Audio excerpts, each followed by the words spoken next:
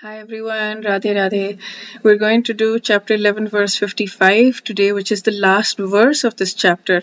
I was surprised to suddenly realize, oh, we're at the end of this chapter.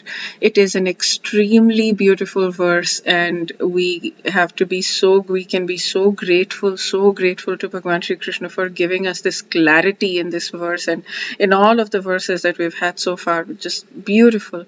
So let's sing the prayer beforehand. The Om Namo Bhagavate Vasudevaya. We'll sing that 3 times and we'll do a little prayer and then go into the verse.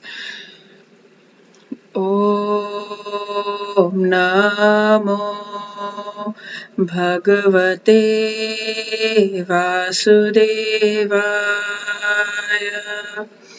Om Namo Bhagavate Vasudevaya. Om Namo Bhagavate Vasudevaya. Dear Bhagwan Shri Krishna, please accept our gratitude for giving us this verse, for giving us access to your words through the Bhagavad Gita, for giving us access to this verse, for giving us so much clarity through this verse, for giving us the motivation to read this verse, for giving us the desire to read this verse, for please give us exclusive devotion to you, completely unalloyed devotion to you at the exclusion of everything else. Please remove all of the attachments we have for material desires or anything. Please remove all of our desires other than to serve you. Please give us complete, total, pure, unalloyed devotion to you. Please give us bhakti. Please give us Krishna prem. And please help us read this verse in a way that brings us closer to you, that brings our love for you, increases our love for you, increases our devotion for you. Thank you. Okay, let's sing the verse together. Mat karma krin mat paramo mad bhaktah gavarjitah nirvairah sarva bhuteshu Yah sa mameti Pandava. The commentaries of both of these are amazing. So let's read the translation and the commentaries. My dear Arjun, he who engages in my pure devotional service, engage in Mad Bhaktaha, my devotional service, free from contaminations of fruitive activities and mental speculation. Mat Paramaha, Sangha Varjata. He who works for me, mat karma krita, somebody who's doing karma for me, he who makes me the supreme goal of his life, mat paramaha, and who is friendly to every living being, nirvairaha, without vaira, without malice. He certainly comes to me. Now, what he talks about is these five different things, which Swami Mukundanand, of course, breaks things down in a very methodical way. So he says, as far as work is concerned, everything we do should be for Krishna. So if we're making money, if we have a business, we can do that. We continue to do our business, but we use the money for Krishna. How? Whatever way we can, right? We can build a temple for him. And hire or get people who will run the temple, or we can simply buy flowers for him. If we have land, we can grow flowers to offer to Krishna. It's so beautiful. If we have so if one is able to, or we can clean the temple for him, that's Krishna karma. Anything that we can do, cultivate a garden.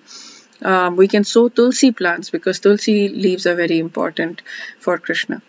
We can I think 9 something is this verse, but patram pushpam phalam toyam, that Krishna says you can offer him anything, a leaf, a flower, a fruit, or a little water, and by such an offering he is satisfied.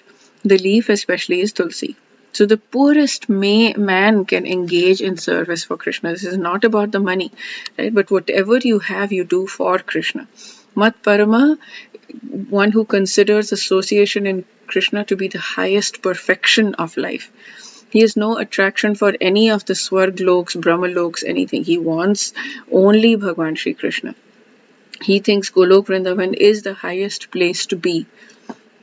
The term Sangha Varjita, dissociating from people who are not Krishna conscious, because then we go down that path of we get affected, we go down that path. Like if somebody is eating meat in front of you, then we're going down that path of, it's okay, of course, but it's just, it's more difficult to stay on this path.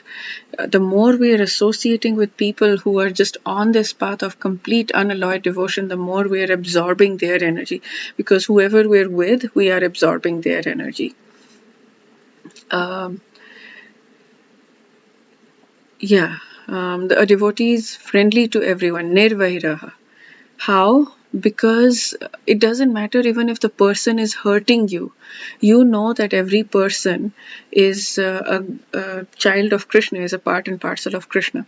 So we love the person no matter what. We set boundaries to protect ourselves. Absolutely, we set boundaries to protect ourselves, but we can still love them, completely, fully love them. Okay, so I'll go through this one. So good, such good commentaries. Okay. At the end of 9th chapter, Krishna told Arjun to fix his mind upon him and be devoted. To enhance this, he wished to reveal further secrets about himself, which he did in the 10th and 11th chapter. He revealed further information, and he again emphasized the supremacy of the path of devotion. So 5 characteristics of those who are engaged in exclusive devotions. They perform all their duties for my sakes. Mat karma krit. Right. When I think, so how do we do that? When I walk, I think I'm circumambulating the Lord. When I work, I think I'm serving Him. When I sleep, I think I'm offering Him obeisances. That's very sweet. Like when you're sleeping, you can just think, I'm offering obeisances to you. When you're walking, you can think you're circumambulating the Lord. Like just always think of Him. Even when we're doing in this manner, I perform no activity other than which is offered to Him. They depend upon me. Those who rely on those who rely on spiritual practices are not exclusively dependent on Him, because He is attained by grace. I love this like mad. He is attained by grace. This is what Satyananda Maharaj says over and over and over again. Be in the mood of a receiver, not in the mood of an achiever. You cannot achieve Krishna's grace. Krishna can give you His grace only when He chooses to give you His grace. We receive with gratitude. And then he says the light bulb switched, like the things changed for him when he realized that Krishna, the absolute truth, is not an it but a him. He is a person. He's an actual living, breathing, willing being. He is very much alive. That's absolute truth. So when we understand that Krishna is a person, and he says that when we relate to the holy name as a person, when we understand Krishna is a person, absolute truth is a person, that's when we start to do this. So I was talking to a friend maybe around, 10, 11 months ago or something. And I was saying that many times before I do something, I pray that please help me do the right thing. And this was so good to me. I'm like, I'm praying, help me do the right thing. And the response was, no, instead of asking that, just ask, Krishna, can you help me understand what pleases you? This was such a huge shift. Like, I'm not praying to help me do the right thing. I'm praying to do whatever you want me to do, whatever pleases you. You are a person who I want to please. I am your servant. I want to do everything I do to please you. It's not about the right thing, right? It is not about anything other than He will do the right thing, but that's up to Him, whatever He wants, right? It may feel wrong, like for Arjun, fighting the war felt wrong. So please help me do whatever pleases you, whatever you want me to do. This was a massive breakthrough for me. So I'm just sharing that with you. Hopefully it will help you. They depend upon me. So yeah, we're not doing spiritual practices to attain God. We're begging for His grace. We are even His exclusive devotees. do not rely upon devotion as a means of attaining Him. Rather, they place their entire faith in His grace alone, and they see their devotion as merely a way of attracting His divine grace. This is what Sachinanda Maharaj also says in his book, The Living Name. They are devoted to me. They don't need to perform any spiritual practices, right? Like Sankhya or Ashtanga Yoga or fire sacrifices or whatever. They feel that their relationship is with God alone. They behold only their beloved Lord pervading all objects and personalities. They are free from attachment of the mind. The devotion requires engagement of the mind. Oh my goodness, we can use our mind as a friend or as an enemy. So I'm like always trying to use my mind to think about Lord. And I'm like, I don't know what to think about the Lord, right? Because my mind goes, I do that. 5 seconds later, it's gone. I bring it back. 5 seconds later, it's gone. It's like, it takes so much energy and effort to think about the Lord because it's just, and sometimes I lose a lot more time. But the more we do that, we just keep practicing, because this is meditation. This is meditation on the Lord, on devotion of the Lord. Bhagwan, please help give me devotion for you. Please help give me intensify my attachment for you. Please help. This is all coming from Sachinanda Maharaj, The Living Name, by the way. All these prayers are coming from there. I've been memorizing the book. I'm memorizing very little every day, but I'm memorizing something every day. So it's getting into a part of my DNA. It's becoming a part of my DNA, and that's how I started doing these prayers in the last few verses, because it's just the prayers are coming from Sachinanda Maharaj because of the memorizing effort. They're free of attachment. Yeah, so we just keep bringing our mind back, and then the more we keep bringing our mind back, the more we are free of attachment. And okay, this is very, very crucial. It might feel impossible because 5 seconds later it's back, 5 seconds later it's back. We just keep doing it. How long do we do it? We set a limit for ourselves. My limit for myself is 30 years. 30 years. I'm just setting this limit for myself. Even 30 years later, I'm not going to stop doing it. I'm going to extend it further, right? If I've not managed to attain that. But my goal is to not give up in 2 days, because otherwise it's like, okay, I've done this for 2 days. I've done this for a week. I've done this for a month. What is going on? I can't do this. This is too difficult. No.